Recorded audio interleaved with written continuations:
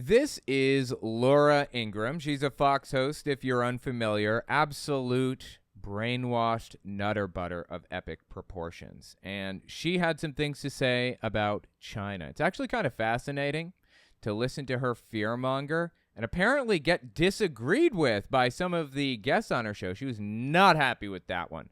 But anyway, let's give this a listen. It's kind of fascinating. And while we do, we're going to play some Final Fantasy VIII. It should just be in the background. Shouldn't bother you too much if you're unfamiliar with it. But yeah, let's give it a listen, see what these people have to say. The ongoing humiliation of America under Biden continues. The Wall Street Journal is reporting that Chinese nationals, sometimes posing as tourists, have accessed military bases and other sensitive sites in the U.S. Wait, sometimes posing as tourists? Can you get onto military bases as tourists? Interesting. Okay. As many as only 100 times in recent years. U.S. officials describe the situation as a form of espionage designed to test security practices at U.S. military installations and other federal sites. Yeah, that doesn't surprise me. The United States, well, it wouldn't surprise me if this were true. I don't trust a word out of Laura Ingram's mouth. Is this even true? Is this the article from the Wall Street Journal? Like I said, don't trust anything you see on this program. But if this were true, it wouldn't surprise me. This is the kind of thing that countries do. The U.S. does this in China and Russia. Russia does this in the Russia does this in the U.S. and China. I mean, everyone does this to everybody. That's just how it works. Now, why should anyone be surprised by this? Yeah, why are you surprised by this? This is not surprising to me or whatever, to anybody. It would be like, I don't know, being surprised that a stranger walks through your front door when you leave the keys in the lock. Joining me now, Elbridge Colby, former Deputy Assistant Secretary of Defense in the Trump administration, and Isaac Stone Fish, a founder and CEO of Strategy Risks. Elbridge. Wait, who the hell are these people? And why do I care what they're saying? Surprised that a stranger walks through your front door when you leave the keys in the lock. Joining me now. I just want to put on record, the military bases are not open to anybody to just waltz through. They said that they are testing security practices and precautions. That's how it was framed, right? Yeah, everybody does that to everybody. Doesn't mean they got in or whatever. But okay, so who are these people? Elbridge Colby, former Deputy Assistant Secretary of Defense in the Trump administration, and Isaac Stone Fish, a founder and CEO of Strategy Risks. Elbridge. Okay, founder and CEO of Strategy Risks. I don't know what the hell that is or why I should care that he is the founder and CEO of this. If I wanted, I could claim myself to be the founder and CEO of a mercenary group, and it doesn't mean a single thing if I haven't added any mercenaries to my repertoire. And this guy on the left is apparently the deputy director of, what was it? Is that a stranger walks through your front door when you leave the keys in the lock. Joining me now, Elbridge Colby, former Deputy Assistant Secretary of Defense in the Trump administration. Former Deputy Secretary of Defense under Trump. Deputy Secretary of Defense under Trump. Okay. And Isaac Stone Fish, a founder and CEO of Strategy Risks. Elbridge, Chinese nationals were reportedly found crossing into a U.S. missile range in New Mexico, and scuba divers swimming in murky waters near a U.S. government rocket launch site in Florida. Yeah, again, don't believe a word out of her mouth, okay? She lies for a living. That's what she does. So trust nothing. If she says the sky is blue, look it up yourself. Now, I mean, I've been a tourist. You've been a tourist. You ever just go into murky waters near military installations? No, not ones that are still active. Yeah. Maybe a historical. No, but I mean, look, I think, honestly, this reminds me a bit of what the Japanese... Wow, it tells me that he has done that. That's weird, okay. Apparently, this isn't that uncommon as a tourist. But aside from that, yeah, of course, China is testing our security precautions and stuff. Yeah. Of course, Russia is testing our security precautions, just like we're testing theirs. Yes. Welcome to reality. First time? In Florida. Now, I mean, I've been a tourist. You've been a tourist. You ever just go into murky waters near military installations? No, not ones that are still active. Yeah. Maybe Not ones that are still active. So that tells me he has actually done it. Maybe a historical. No, but I mean, look, I think honestly, this reminds me a bit of what the Japanese were doing before Pearl Harbor. And I think we should kind of take it at face value, which is, look, this. Okay, this is just fear-mongering nonsense. He's telling us, or he's trying to imply to the audience that China is about to attempt a new Pearl Harbor. Or, their own version of Pearl Harbor or whatever. Absurd. Give me a f***ing break. Quick interjection. I won't take long. I just wanted to tell you guys, YouTube's algorithm operates off of a few factors. Watch time, whether or not you subscribe, and whether or not you like something. So if you really want to help my channel, I would appreciate it if you guys watch the video to the end. If you don't watch it to the end, just watch a little bit longer than you would have otherwise. I would appreciate that very much. All right, let's get back to the video. This is part of a much larger intelligence collection operation. We've seen the balloon, we've seen the cyber intrusions, et cetera. Our intelligence officials and even British and other intelligence officials are saying this is a huge, unprecedented intelligence peril. So I think we should take this at face value. They're hoovering up whatever they can get, particularly at military facilities and military bases. Yeah, everybody is. Every single country out there is trying to get information on every other country. Of course they're hoovering it up. You think we're not hoovering up information? Yeah, that's why we are supposed to have good security. If we don't have good security, we get things like this. And at the same time, they're obviously preparing for a conflict, and Xi Jinping is remaining resolute despite all of the challenges to his authority. So let's look this in the face. Yeah, I mean, Isaac, the Pentagon. I mean, so what these people are saying on the Ingraham whatever is that the Ingraham angle or whatever the hell you want to call it. What they're saying is that China is about to attempt a hot war with us. They're about to attempt to put boots on the ground with us, with the United States. That's what they're saying. That is absurd on so many levels. I don't even know what to do with it.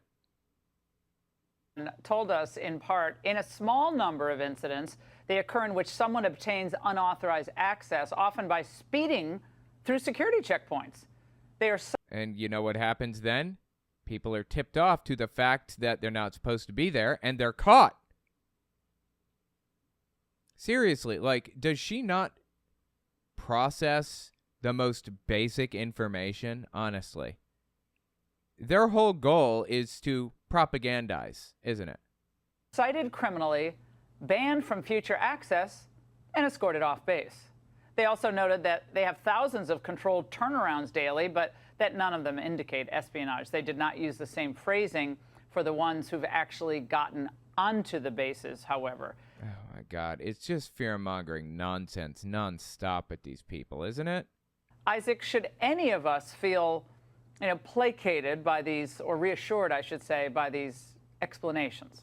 I would actually say yes. I mean, we're building, this whole thing off of this premise that this is even happening. Is this even a real Washington Post article? What was the name of the article? Chinese tourist military infiltrate. Oh, here it is. Yeah, Chinese gate crashers at U.S. bases spark espionage concerns. This is Wall Street Journal. That's not Washington Post. Didn't it say Washington Post? Oh, no. Okay, my mistake. It said Wall Street Journal. Yeah, Wall Street Journal is really not that trustworthy. It's like a right-wing kind of network or right-wing news, whatever. If you ever wonder if something is trustworthy or not, just check this out. Let me show you guys what to do. Just go to mediabiasfactcheck.com and type it in. Wall Street Journal along the top there in the search. And click on it. It will show you it's far right, right center to right. Not extreme right, but it is on the right. And it's mostly factual. Its factual reporting is not very high, not high, but mostly factual. Overall, we rate the Wall Street Journal right center. Oh my God, please leave me alone, you stupid pop-ups. Overall, we rate the Wall Street Journal right center bias due to low bias news reporting combined with a strong right bias editorial stance. So it's really in the editorial choices of the Wall Street Journal. It's what stories they decide to release. That's what it's really all about. That's why they got this high rating. We also rate them mostly factual in reporting rather than high due to anti-climate, anti-science views and occasional misleading editorials.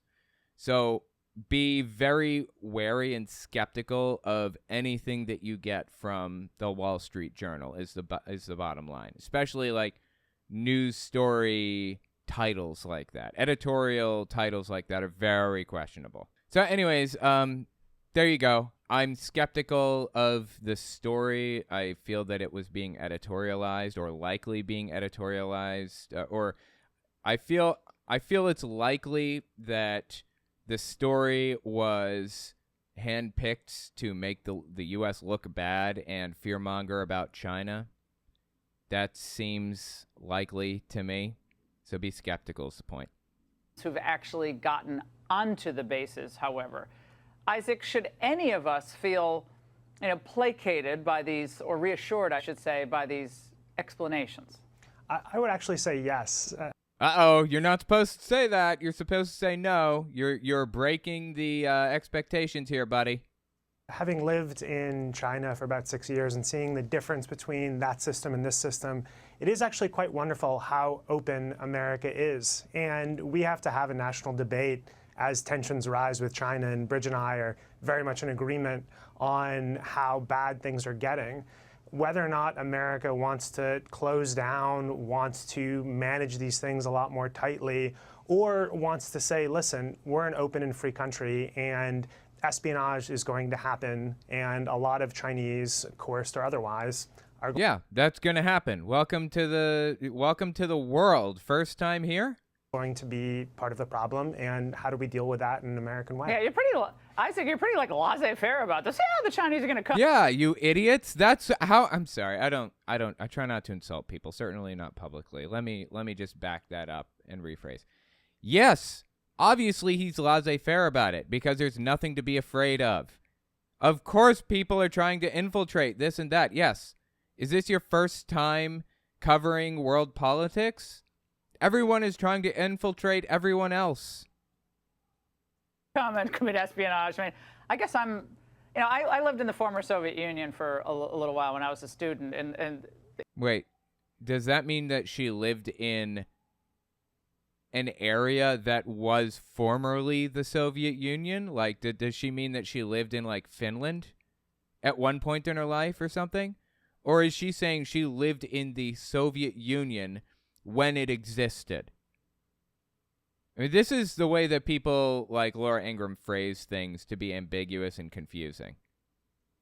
We didn't have the same openness with the former Soviet Union, and it ended up working out pretty well for us in the end, Elbridge. So I actually have a different view of this, that we shouldn't be inviting the foxes into the hen house here. Well, no, we shouldn't be inviting foxes into the hen house.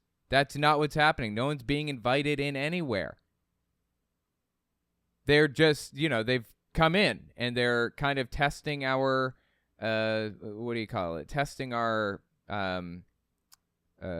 defenses, our protection strategies and stuff. There's a strategy in wartime. If you want to know how your enemy is going to react, then you do a mock attack on them. This used to happen all the time back, 1,000 years ago. They would send people in to the walls and throw ropes over and start climbing and everything else just to see how fast the reaction time is, right? That was the idea.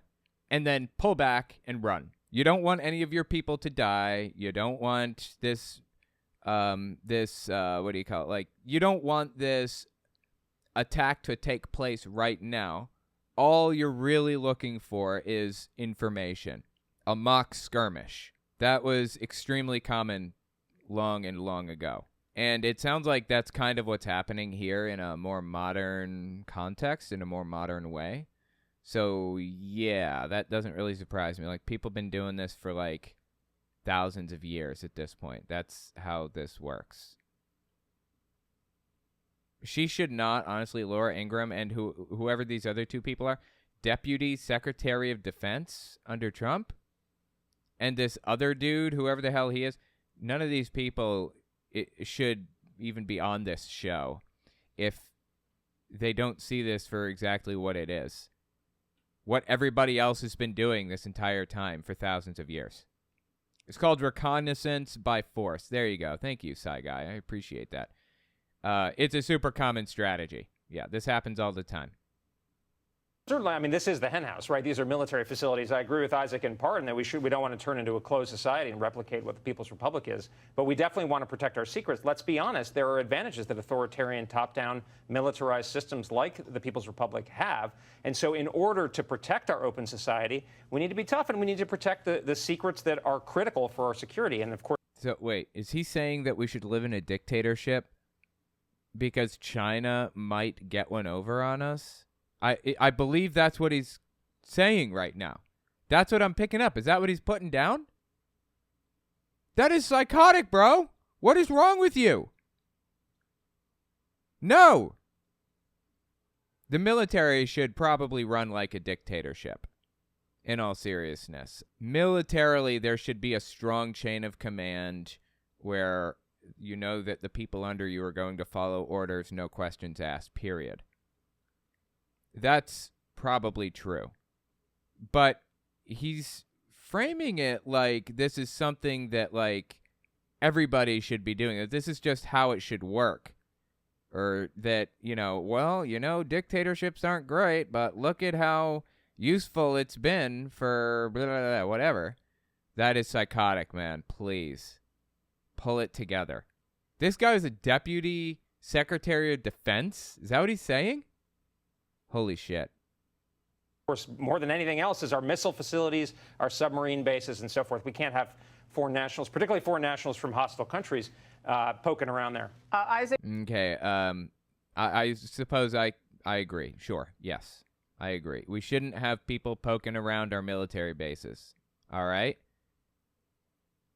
He's trying to justify, like, dictatorship here, right? Finland was never part of the Soviet Union. Finland broke from Russian Empire during the civil wars that led to Soviet Union. Oh, I thought that they were part of it. I'm sorry. Forgive me. If I'm wrong on that, I apologize. I'll make sure that this makes it into the final cut. I'll look it up and, fact check myself, and I'll make sure that this makes it in.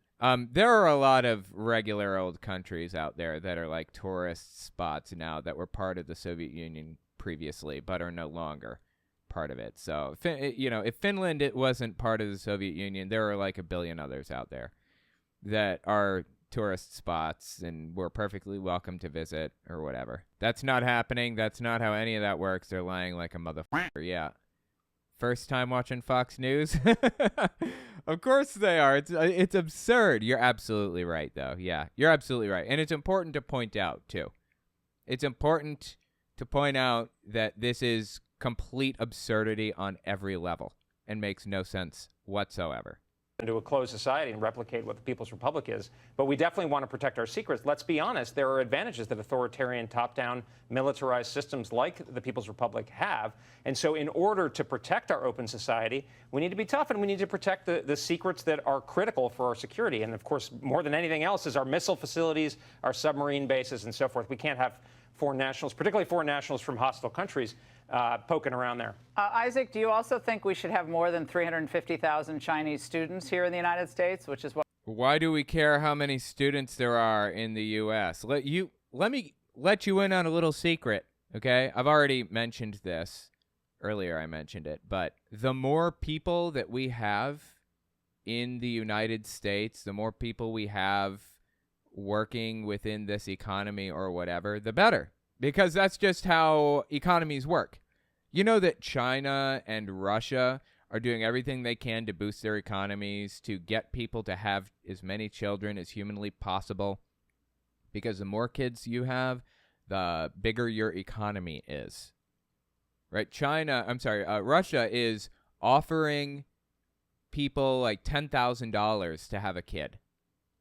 Of course, that's like the first year's expenses to have a kid. Like, kids are super, super expensive, but $10,000 to have a kid. You know why? Because if you have children, you have a big baby boom, if you will. It explodes an economy. grows it dramatically. You know, instead of having a baby boom, you can also just bring immigrants into the country. The more people are in a country, the better. But Japan and China and Russia and others, they're not on the border of countries that want to send immigrants, or they're not on the border of countries that have immigrants that have an interest in coming to the mainland, like the United States does, for work or whatever. So they have to just birth children to build their economy. That's the only way to do it for them. And China is desperately right now trying to get people to have more kids. There's a time when they had a population problem. Now they're trying to grow it. They're trying to get as many as they possibly can, as many kids as they can. There's only one reason to not accept immigrants into a country. There's only one reason, as far as I can tell, that anybody would ever fearmonger about immigrants coming into a country. One reason I can think of. Those Chinese students are building our economy by buying and spending in the United States and culturally diversifying the U.S. That's extremely valuable in its own right. So I really don't know what Laura is complaining about right now. What we have currently? I mean, should we go for 500,000 or maybe 1 million? Bring in more? Yeah, hell, forget it. Yeah, bring in as many as want to come in. Bring in all the people that want to come and spend money on our colleges, in our institutions, and at our fast food joints, and, you know, burn through all of their money, pay our airline tickets, pay our airlines to come over here and pay the phone bills that they'll have to pay to talk to their family members over in China and whatever. As many people as we can. Yes, that will stimulate the holy hell out of our economy. Absolutely. Bring in as many as we can. 2, 3, 4, 5 million? Yeah, that'd be great. There are 235 million, there are 330 million people in America right now. So 5 million Chinese nationals wouldn't affect anything. And the immigration process of actually getting a green card and everything is nearly impossible. There's almost no path to citizenship. So you don't really have to worry about them voting or anything like that. I mean, not that I'd have a problem with it. I think that'd be fine too. But yeah, bring them on over. Let's have it. It's a fascinating question, and I'll skip. That's why I asked it. So what's the answer?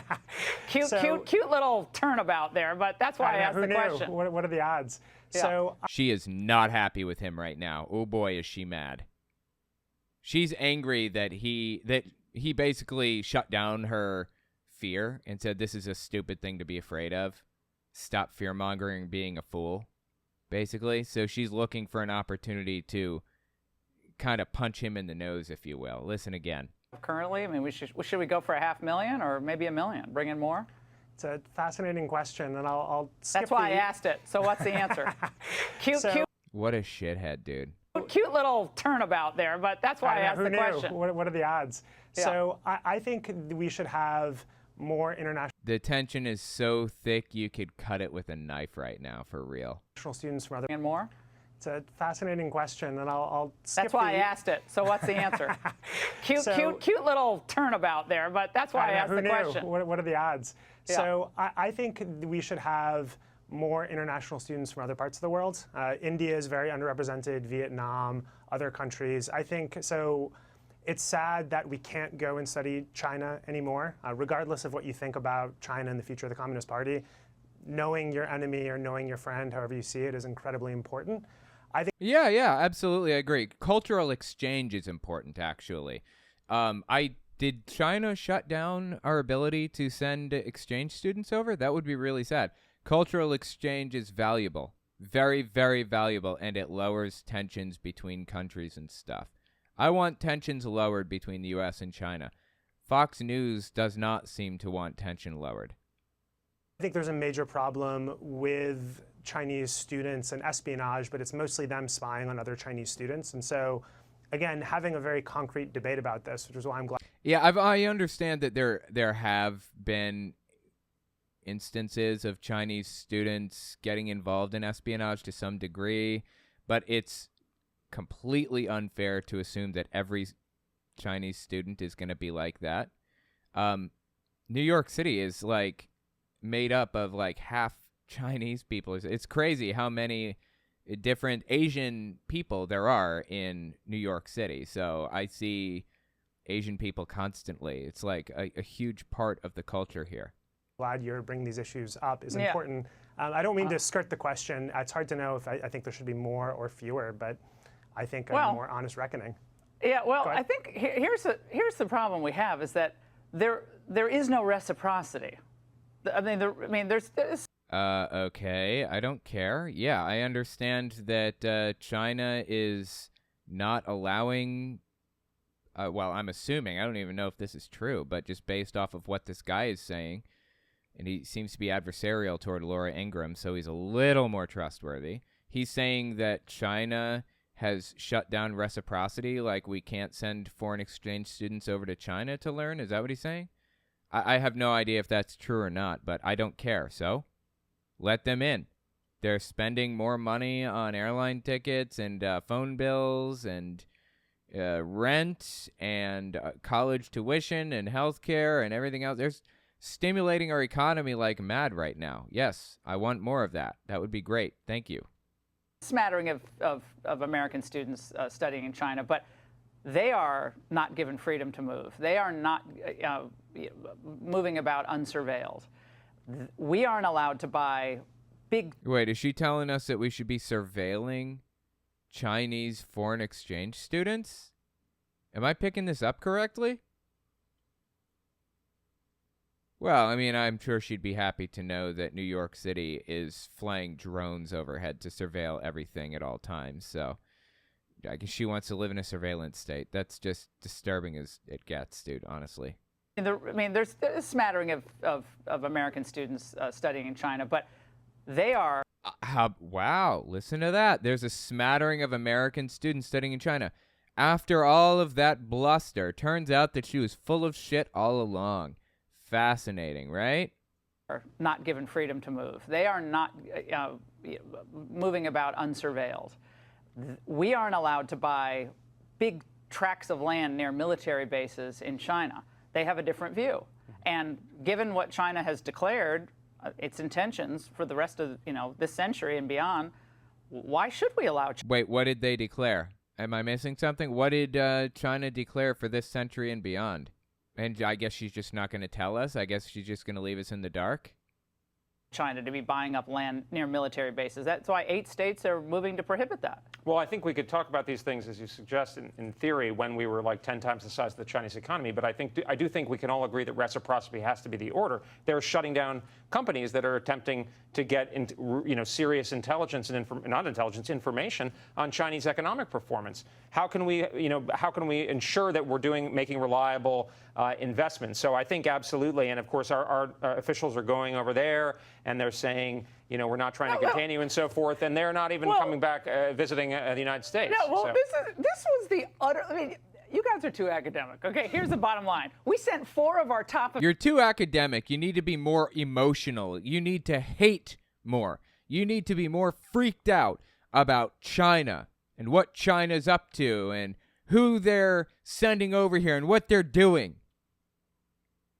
This is insane, dude. What did the guy say that deemed him too academic?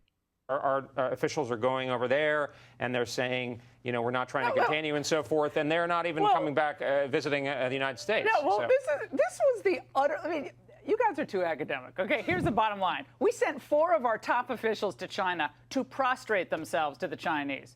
No, to try to quell tensions and build relations and make people happy and lower tensions and all that stuff. That's what we were trying to do by going over to China. We were not prostrating ourselves. What the hell are you talking about? Prostrating ourselves? What?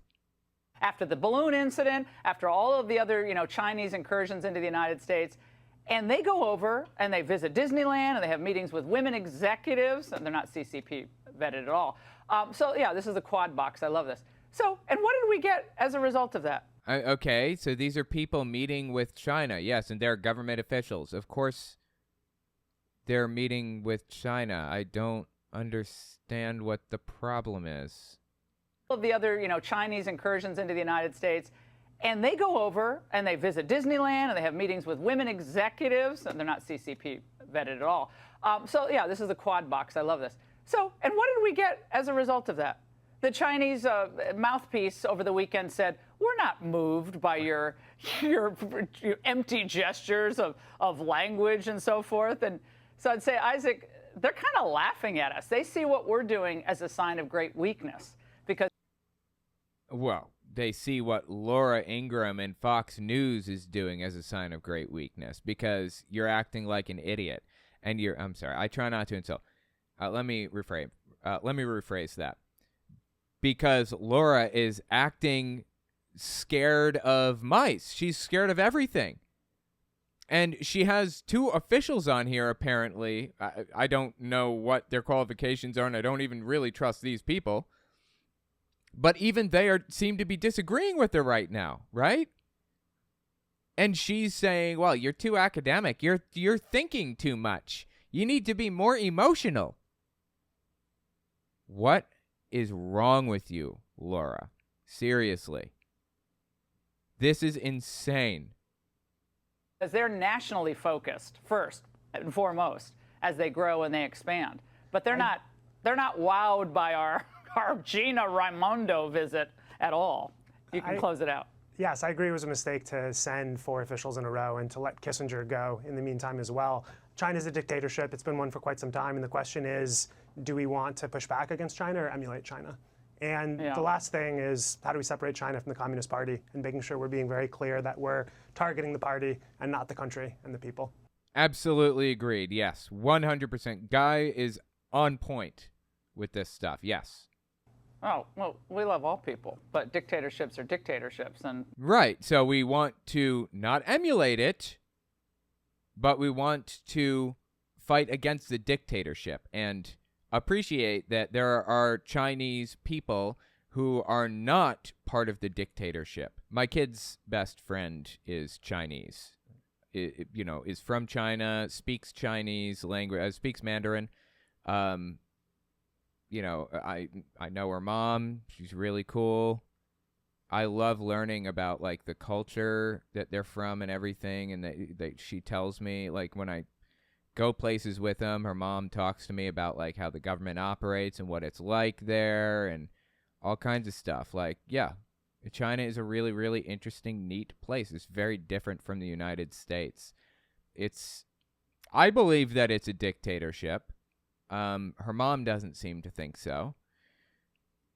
I mean, her friend's mom, my kid's friend's mom doesn't seem to think it's a dictatorship. I asked her, what's one good thing about China that is better than the United States? And what's one bad thing about China where the United States is better? I was asking like a 15-year-old kid this question. And it was actually kind of interesting. They apparently feel that, I think that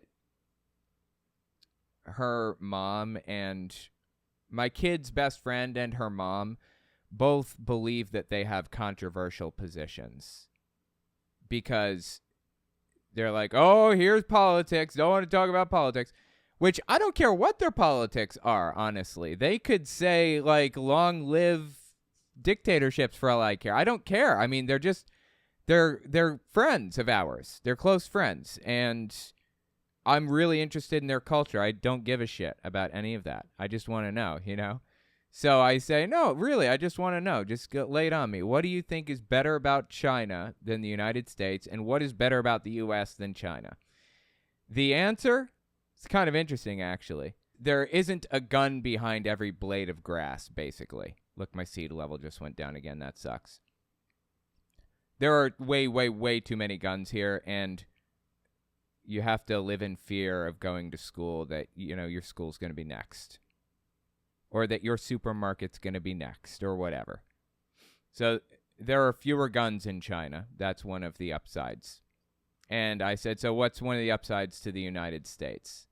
And she said, the toilets are way better here. Apparently, the toilets in China are just like a hole in the ground that you have to like squat over. I thought that was a Middle Eastern thing. I didn't know that that was also in China. That's kind of interesting. But anyway. And I also find it interesting that she seemed to feel that the bad thing about the U.S. was policy-driven, and the good thing about the U.S. was culture-driven. I thought that was kind of interesting anyways. But yeah. I mean, I wish that we could have more cultural exchange with China. I wish that tensions would lower between the two countries. I think that we're all people, and that, you know, there's really one race, the human race, and we all have something interesting to learn from each other. I go into every situation assuming that I am not the most intelligent person there, and I do not know as much as anybody else. I have something to learn from everybody. And I feel that served me really well, especially when it comes to talking to somebody from a different culture, like China, like a Chinese national. I think that it's so fascinating to hear what it's like and how it's different, because it really is very different in China than the U.S. Anyways, I mean, the toilets aren't like that everywhere. Oh, okay, says Rebecca Schaus. Well, I've never been to China, so I don't know. Anyway, thank you for thank you for letting me know. I think it's fascinating. I love all other cultures. I love learning from other people. I think it's fascinating. And learning to pronounce Chinese words is also very interesting. My kid's friend, I asked my kid's friend and her mom to give my kid a name, like a proper Chinese name. And my kid actually dyed her hair dark blue, not, you know, a little while ago. So she still has some blue tips because it's grown out now. But her friend decided to name her basically Little Blue. That's the name, which is common in China. You know, the translations are usually like two words, like sweet lotus or beautiful flower or whatever. So I actually wrote down how the pronunciation. I wrote it down phonetically. The name that they gave my kid was... Oh, and they used the last name of a friend, too, because I said that, you know, she's her introduction to the Chinese language, so she should take on her last name, I figure, right? And the last name is part of the name. Like, when you introduce yourself, you give yourself your whole name, and you put the last name first. The family name comes first in China, so I'm going to get the inflection wrong, and I apologize to any Chinese speakers out there, but I believe that the name is pronounced Xiao Xiaolan. It's Xiao, S-H-A-O, X-I-A-O, space L-A-N. I'm just really fascinated by other cultures, is the point.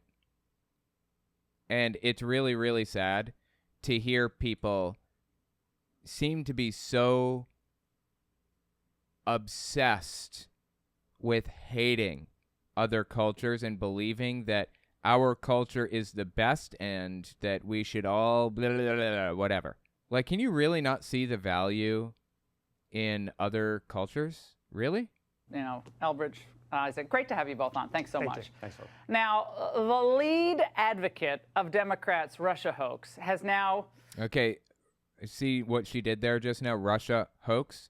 The investigation into Donald Trump and his affiliation with Russia is commonly referred to as the Russia hoax.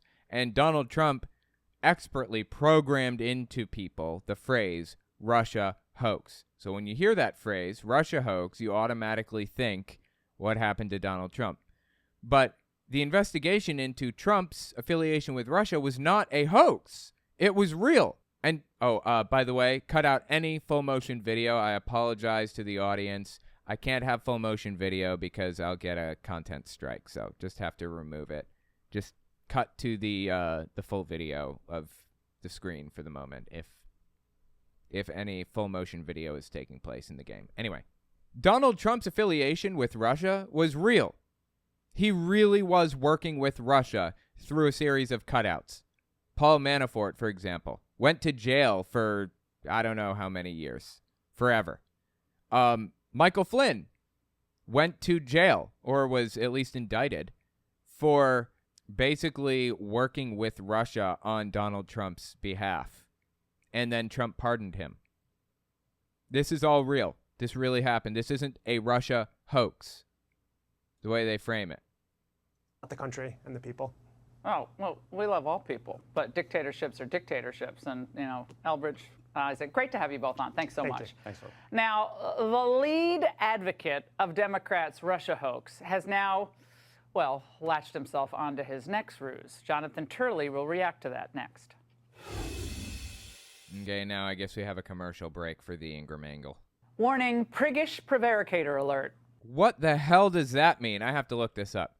Define priggish. Self-righteously moralistic and superior. I've literally never heard that word in my life, and I consider myself something of a wordsmith, if you will. What was it? Prevaricator? A person who speaks falsely, or a liar. A person who speaks so as to avoid the precise truth. A quibbler, an equivocator. That's what prevaricator means. Okay, priggish prevaricator. Wow. That is one hell of, what's the word for it? It's on the tip of my tongue. Alliteration. Oh my God, thank you. Yes, Hugla. Alliteration. So apparently this guy's a priggish prevaricator. Go on. To his next ruse. Jonathan Turley will react to that next.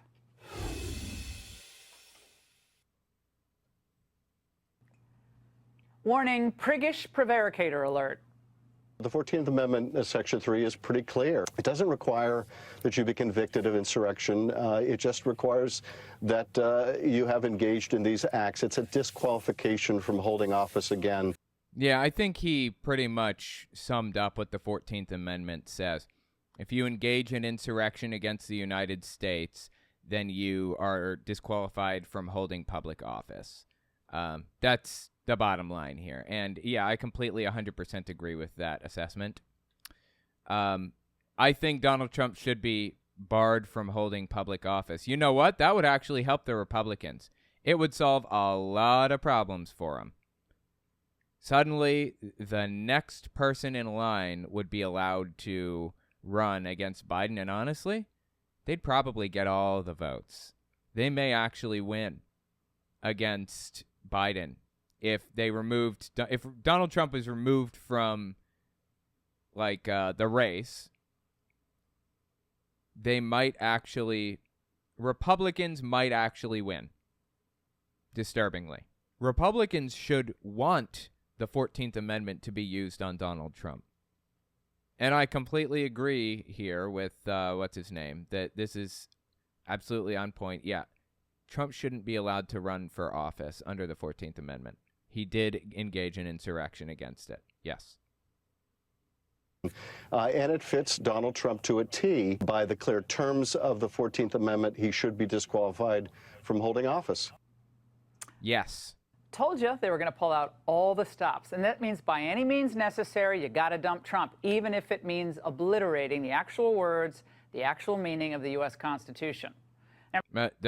You just listened to him cite the words and meaning. That's what it meant. That's what it said. If you engage in insurrection against the U.S., you're barred from running for public office. Correctly. And remember, as I said in the Remember, if the screen is big and you're not seeing the game, then it's because there's a full motion video. Just a reminder. angle, the Democrats know that their own base, it doesn't want Biden. They want another alternative to run. I don't know about that. I think that Biden is a really safe bet, actually, right now. I mean, the progressives don't want Biden, but they're certainly going to vote for Biden. As a progressive myself, certainly going to vote for Biden over Trump, if that's what it comes to, without question. Would the progressives vote for Biden over Ramaswamy? Not convinced. I don't know. I mean, I would, obviously, but I don't know if that's what we could expect from the rest of the Democratic Party or the rest of the people on the left, basically. This whole section is probably going to be, like, the game will be cut out because it's switching between full motion video and game, like, back and forth. But anyway, Biden is a perfectly fine option in pretty much everybody's mind on the left, just about. But Republicans want to frame Biden as like hated by everybody because when he inevitably wins, which is almost guaranteed to happen, they can claim election fraud again. They see Biden's flagging poll numbers, but the party elites do not trust their own voters. Wait a minute. Flagging poll numbers. Let's see what we've got for poll numbers for Biden. Okay, so this is this is the graph that is represented up to the moment that this episode of Laura Ingraham aired. This graph is perfectly, this is up to the day. Let me look up Trump's poll numbers in his final years. Hold on. All right, just take a look at this real quick. There's a concept in mathematics. If you're at a carnival or something, and you got a big jar of beans, right? And they say if you guess how many beans are in this thing, then you get this $50,000, or you get this gigantic jar of beans. I mean, who doesn't want beans, right? So, anyways, they give you, one guess or 3 or 5 guesses or something, and if you get it, then you get to keep the thing. If you go around to every person that's standing around the bean counter or around the bean jar, and you ask them their guess, and you average out those guesses, you have a 98% chance of being correct if you average it out. That's the mathematical concept here. So we're basically looking at the exact same thing. That's what this is. That's why we look at polling aggregates. So if you zoom in real close on this, you'll see there are like a bunch of different dots all over the place, right? Each one of these dots is a different poll that was taken from a pollster that's rated A, B, or C, a highly rated pollster who's gotten it pretty close to correct consistently. Like Gallup or Pew or I don't remember. YouGov is one of these. Who are the others? YouGov, SSRS. Fox polling is actually really good. Fox as a network is terrible, but they're generally considered reliable pollsters, so they're commonly included in these things. Anyways, that's why aggregates are usually pretty trustworthy. So just looking at like the aggregate here, this is Americans' view of Donald Trump, basically unfavorable or favorable.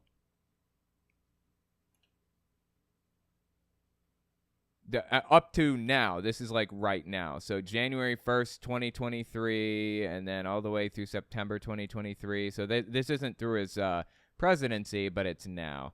And it looks like he's getting less and less favorable, more and more unfavorable. People like him less and less, apparently, interestingly enough. So he has a total unfavorable rating of 16.3 points. 56% of the country views him as unfavorable.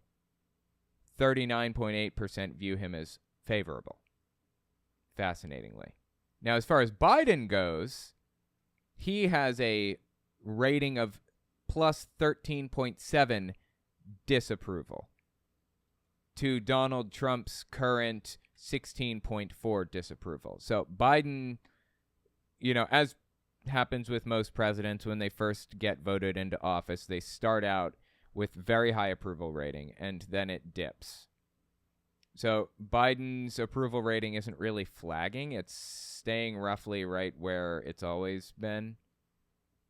Get roughly 40 to 41% approval as of the moment that Laura Ingraham's show is airing. I don't know what she's talking about here. His approval is flagging. No, it's not. But, gotta propagandize. She did this exact thing earlier, too, with inflation. That's what it was. She did it with inflation. She claimed inflation is flagging and getting worse and all that. No, it's not. It's basically exactly where it was before. What the hell are you talking about? This is insane. Like, she lives in a fantasy land. And remember, as I said in the angle, the Democrats know that their own base, it doesn't want Biden. They want another alternative to run. They see Biden's flagging poll numbers, but the party elites do not trust their own voters. Under the 14th Amendment, he is not even allowed to run, even though he hasn't been convicted yet. Instead of concentrating so much about the indictments, I mean, I'm very excited about them myself, but I definitely think 14th Amendment all the way. I don't know who this person is. I don't know why she's being labeled a Democrat. Is it because she doesn't like Donald Trump? I have no clue. Anyways. Yeah, okay. 14th Amendment might be the way to prevent him from running. In fact, it should prevent him from running. He should not be allowed to run for office while having partaken in effectively a coup against the U.S. government. I think that's absurd. But here we are. I'm not expecting the 14th Amendment to prevent Trump from doing absolutely anything at all. I'm expecting Trump to continue to run for office. He's going to probably win the nomination and run against Biden in the general and all that stuff. I'm not holding my breath on any 14th Amendment stuff, sadly. And just prevent him from running.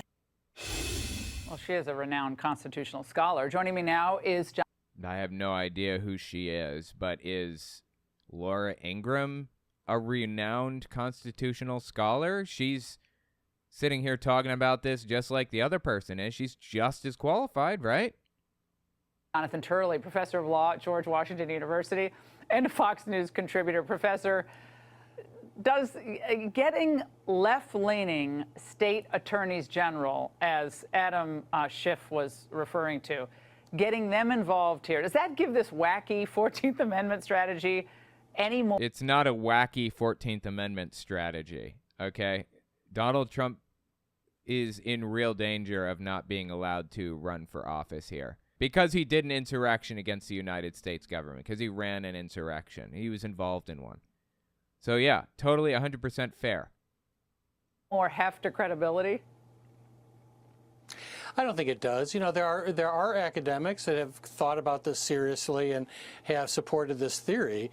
I think that it's the most dangerous theory that has emerged in decades. I think it's entirely unsupported by the text and the history. Okay, well, you're incorrect. I mean, we just listened to the text. It's very obviously exactly what Donald Trump did. There are academics that have thought about this seriously and have supported this theory. I think that it's the most dangerous theory that has emerged in decades. I think it's entirely unsupported by the text and the history of the 14th Amendment. This provision was written after the... Wait, who is this guy and why should I take his word for anything at all? Jonathan Turley? George Washington University law professor?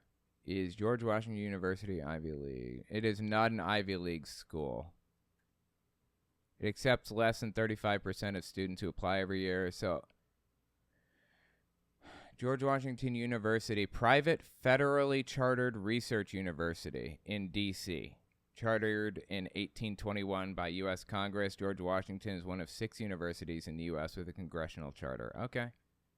Well, apparently George Washington University is pretty trustworthy, pretty important, I suppose.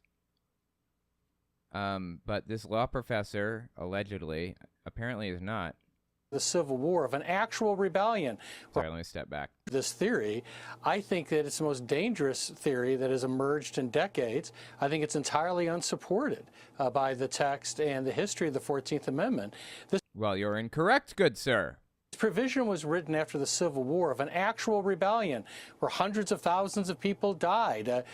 Okay, January 6th was an actual rebellion. There are 2 people that just got sentenced not too long ago. They've already been charged, like long ago they were charged, but they were waiting for their sentence to be handed down from the judge. The sentence was like 18 years and 22 years, I think. Stuart Rhodes, leader of the Oath Keepers, and Joe Biggs, the acting leader of the Proud Boys. Enrique Tarrio was working on something else, who was the actual leader of the Proud Boys, right? And they were handed down those sentences for sedition, conspiracy, sedition, a whole bunch of stuff against the U.S. government, right? They were acting as battlefield generals against the U.S. Capitol, And they actually didn't go into the Capitol, to my knowledge, or at the very least, Stuart Rhodes didn't. They used their military knowledge to act as battlefield generals to send troops, effective troops, in. They had weapons caches around and were ordering troops into the Capitol and trying to take a hostage. That's what was actually happening. That's what actually happened. That's why people got 18 to 22 years sentences for what happened. This was an actual rebellion, a real rebellion being run by Donald Trump, or orchestrated by Roger Stone and others on Donald Trump's behalf, likely by his request, or by in his interest, by his request, effectively. There was an army on the other side. They had their own foreign policy. That's a rebellion. Exactly. Yes, that is exactly what happened. I had to restart the game because I didn't get an opportunity to change my junctions. So, wow, that's really annoying. That is what happened. That's what happened on January 6th. There was an armed rebellion and an attempt to take hostages so that they could force, what they wanted to happen on January 6th. That is exactly how it went. And the history of the 14th Amendment, this provision was written after the Civil War of an actual rebellion where hundreds of thousands of people died. There was an army on the other side. They had their own foreign policy. That's a rebellion. Now, that doesn't necessarily mean that it can't be used for anything that isn't of that magnitude. It was of that magnitude. What happened on January 6th, it was of that magnitude, really. This guy is desperate to convince everybody that January 6th was not of that magnitude. It was. It was a full-blown rebellion against the U.S. government.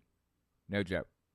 But it is notable that Trump has not been charged even with incitement, let alone rebellion or insurrection. Yeah, he hasn't been charged with that. That's true. Yes, he had other lackeys to do it for him, but he's been charged. He's had RICO charges put on him, but none of that really matters. He was involved, and this was in his interests, and it was done for him on his behalf. And Roger Stone communicated with the Proud Boys and Oath Keepers leaders on Trump's behalf to try to organize this effort. They got their hands on blueprints of the Capitol. How the did they get those? Who gave them those blueprints? Do you have any idea how protected some of the information was that the Proud Boys and Oath Keepers leaders had? This is need-to-know shit.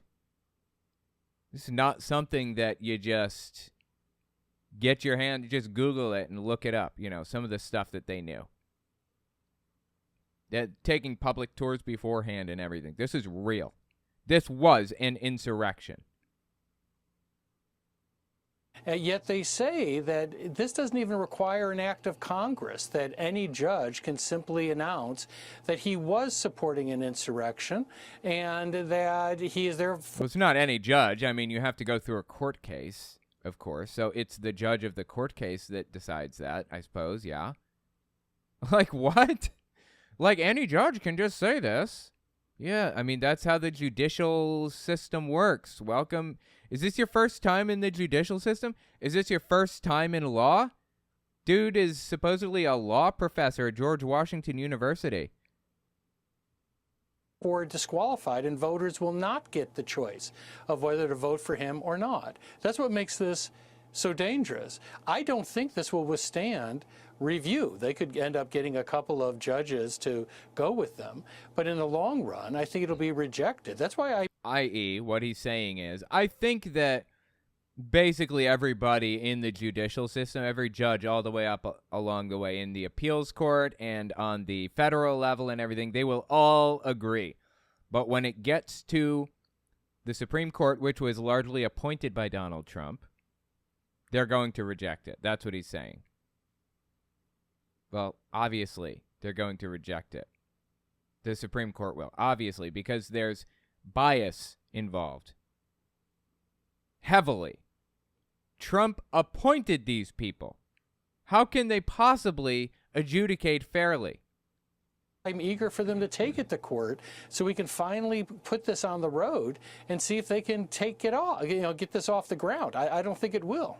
I can imagine what Justice Alito and a few of the others would say about this. I mean, talk about anti-democratic. This is the ultimate anti-democratic move that you. No, it's not, actually. It's not an anti-democratic move.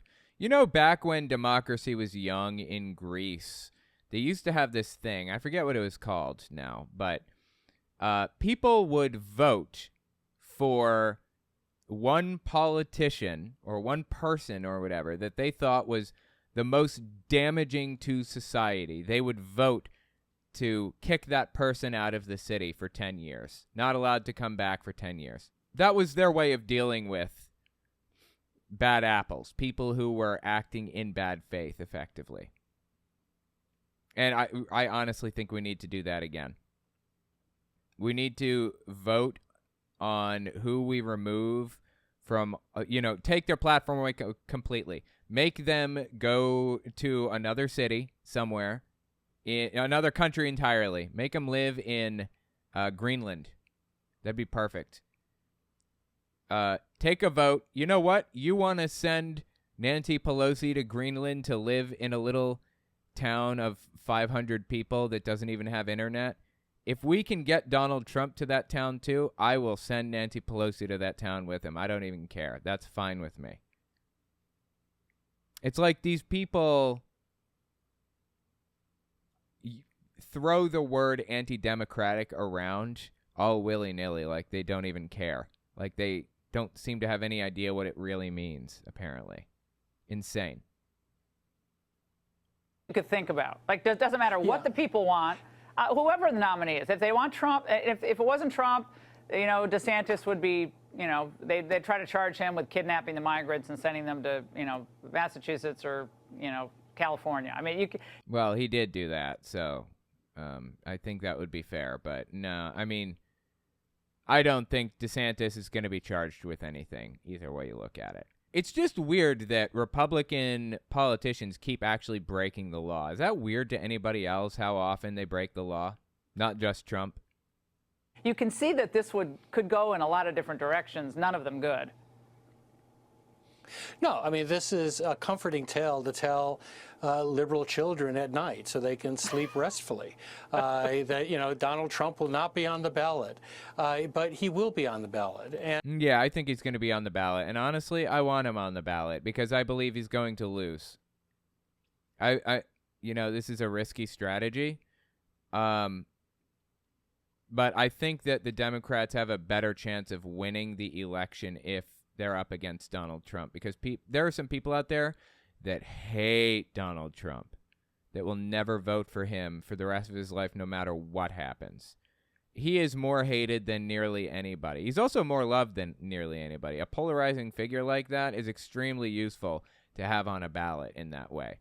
So, yeah, I hope that Trump is on the ballot. Again, risky strategy, but if he's taken off the ballot, fine. But I would like to see him on the ballot, I think. And the thing is, this thing was written after the vice president of the Confederacy showed up in Congress to retake his oath. And people were just a bit peeved about that. Is that real? I heard that Jefferson Davis was a senator before he became the president of the Confederacy. And I also heard that he was reelected. Now, personally, in my opinion, I think one of the punishments for being part of the Confederate government should have been a public hanging because, treason comes with the death penalty. That's right there in the law. I don't know how it could be misinterpreted. But, they went a little soft on them, on the Confederate leaders, because they believed that they needed to mend fences with the South and rejoin the country. Yeah, sure, rejoin the country, but get rid of the other people first. They shouldn't be involved in government in any way, in my humble opinion. Again, I believe that there's going to be full motion video in a second. Just cut to the screen, and I'll move back to the game after full motion video takes place. Final Fantasy VIII are copyright hawks, or the owners of it are. Because he had taken that oath before. Now, we can all have disagreement about what January 6th was. There is no disagreement to be had here. January 6th was an insurrection attempt. People that perpetrated January 6th were charged with sedition against the U.S. government. Sentenced to 22 years, one of them, I believe. There are no questions to be had here. He's trying to make it out like we just aren't sure, we don't know, we can argue about it. No, there's no debate. There's no argument. It was a seditious conspiracy. It was an insurrection against the U.S. government. A horrible day. It was a desecration of our constitutional system. Wow, I can't believe that he's actually saying that in front of Laura Ingraham. That surprises the hell out of me. Because he had taken that oath before. Now, we can all have disagreement about what January 6th was. It was a horrible day. It was a desecration of our constitutional system. In my view, and in the view of apparently a majority of people polled, it was a protest that became a riot.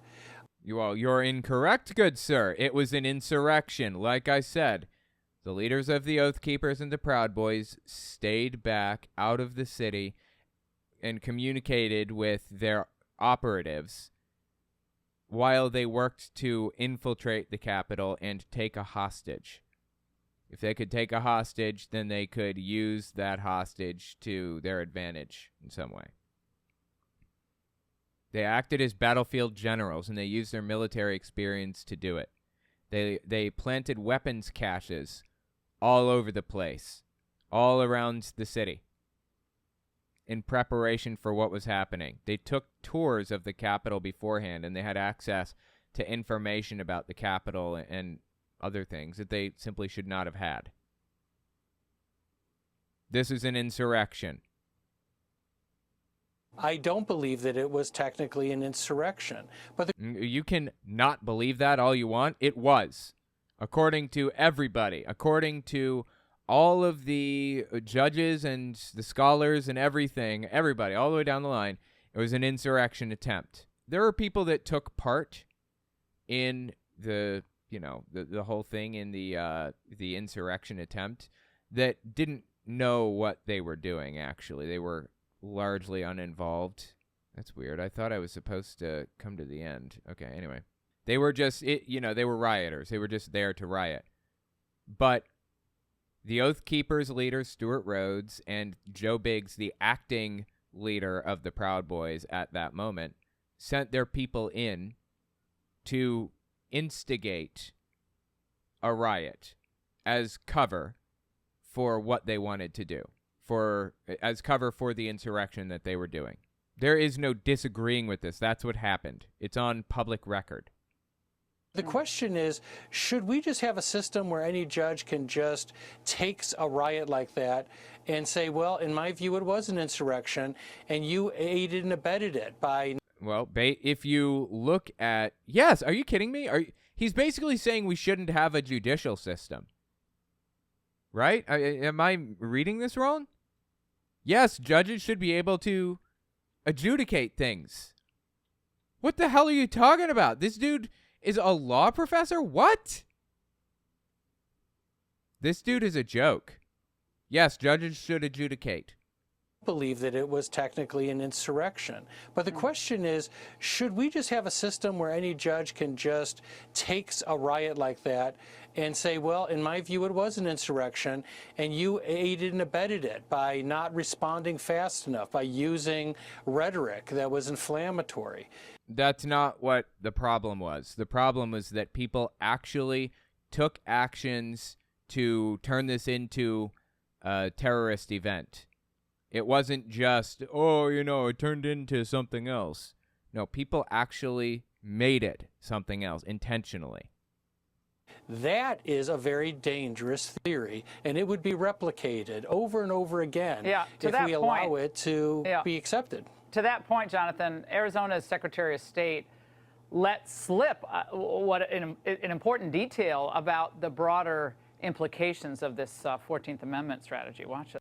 Wait, Arizona's Secretary of State. I think the Secretary... Okay, see, this is an example of what I was talking about. They removed all of my, my little guys, all of my GFs. That's so annoying. It's easy to forget who they're supposed to be junctioned to. The Secretary of State is, I believe in Arizona, appointed by the governor. The governor of Arizona right now is Katie Hobbs. So I believe that it's a Democratic Secretary of State. I'm not... Who is Secretary of State of Arizona? Adrian Fontes. Secretary of State, by the way, I believe that role handles voting, like the whole voting thing. They deal with voting. So Trumpists tried to get secretaries of state, or tried to get Republican governors across the country in swing states so that they could appoint secretaries of state that would be favorable to Donald Trump in the voting systems. Back in the, back in 2018 and 2020 and all that. Didn't work out, ultimately, luckily. Brad Raffensperger was in place as a Republican in Georgia, Secretary of State, but he didn't go for it. He did not do what Trump wanted him to do, which is give him 12,000 votes. Okay, so Secretary of State of Arizona is a Democrat, Adrian Fontes, I believe. All right. Section 3 of the 14th Amendment is a radical and sweeping proposition. This isn't just about one person in one office. This is about everyone who's running for any office in the United States of America. So look, if they can use this against Trump, what stops them from finding that someone else supported the resurrection, the insurrection? Wow, the resurrection, the insurrection. What stops this from being applied to other people? Well, the fact that other people aren't going to do it. That's what stops it. Are you kidding me? This is like that argument, like, if they can do this to me, they can do this to you. Donald Trump's been saying that. If they can charge me with a crime, then they can charge you with a crime. Yeah, no fucking shit. Really? Are you just realizing this? Yes. Everybody should be able to be charged with a crime. Every single person. Nobody should be above the law. Like, what a stupid thing to say. If they can do this to me, they can do this to you. Yes. Are you getting this yet?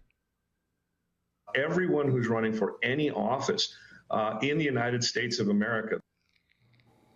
So look, if they can use this against Trump, what stops them from finding that someone else supported the resurrection, the insurrection that wasn't an insurrection? So you could see where this would continue to leapfrog across other potential races. This is a slippery slope logical fallacy. There's no reason to believe that this would end up being this would end badly for anybody or whatever other thing.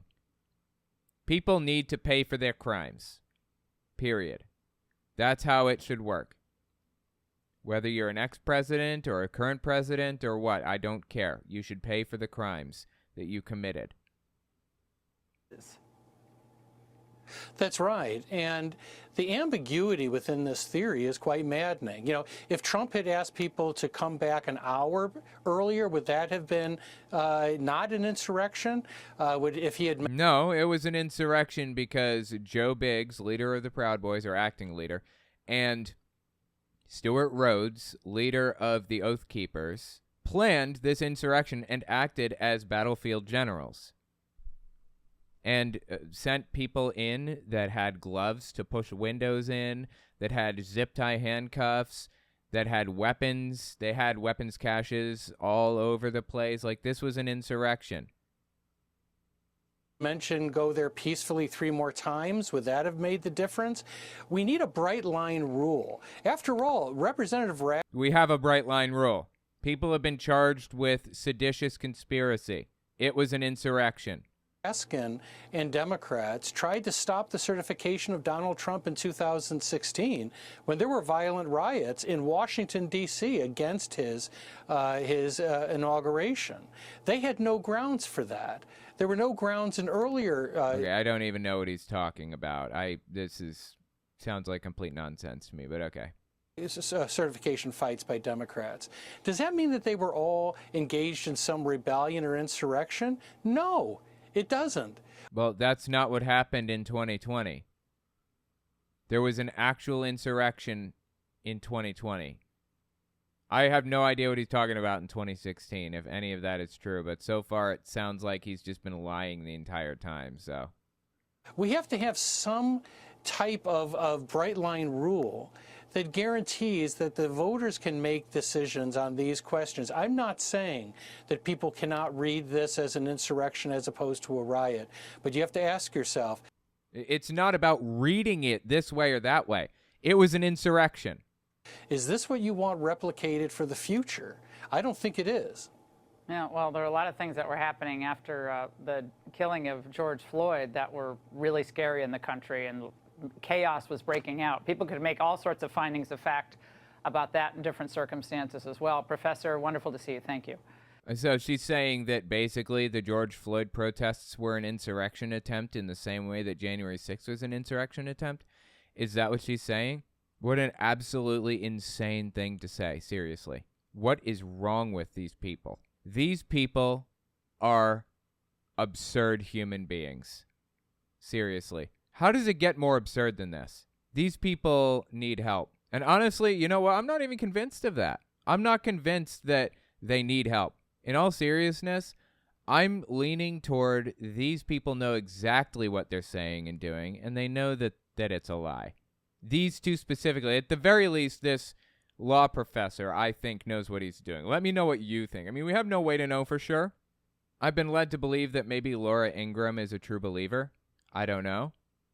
But let me know what you think about these two, if they're true believers or not. Leave it in the comments.